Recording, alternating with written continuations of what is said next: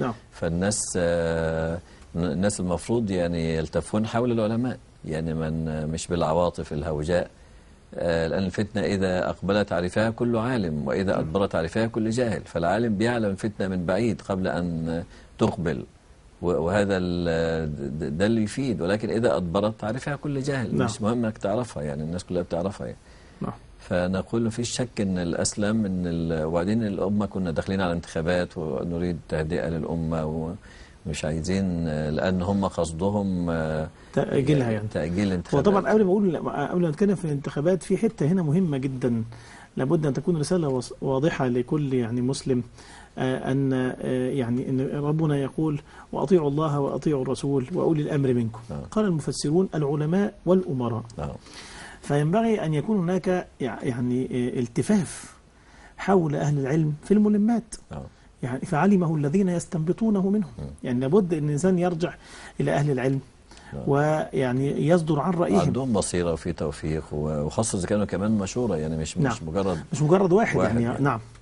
أن الخطأ إلى الواحد أقرب منه إلى فالواحد لو وجد نفسه خطأ خالف مثلا 20-30 عالم وهو لوحده برأي، المفروض يراجع نفسه. مش هنقول إن هم معصومين، لأن هم مش إجماع، يعني مش هم كل علماء الأمة، ولكن الإنسان يراجع نفسه لما يلاقي الناس المعاصرين واللي في نفس البلد وشايفين نفس الظروف.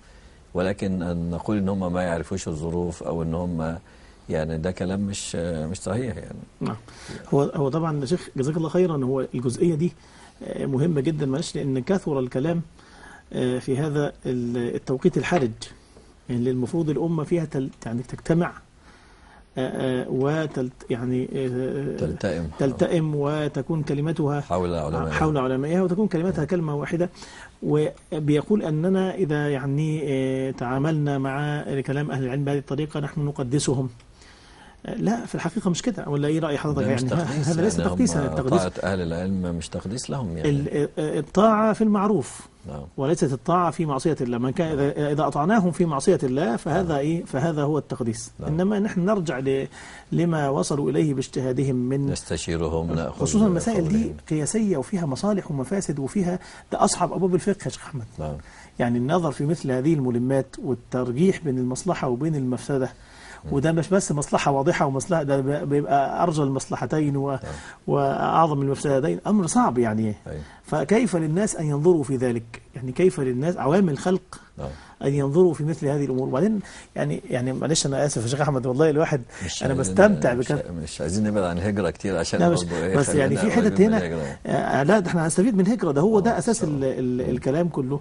إن احنا لما بنتأمل كده في حال الناس وبنشوف الوضعية، أنا بقول أرجع لأهل العلم، وبعدين أرجع أقول أهل العلم مش عارفين الأحداث. طب يبقى إزاي أهل العلم؟ يعني أو أنا أقول مثلا دول أهل العلم بس يجهلوا إيه؟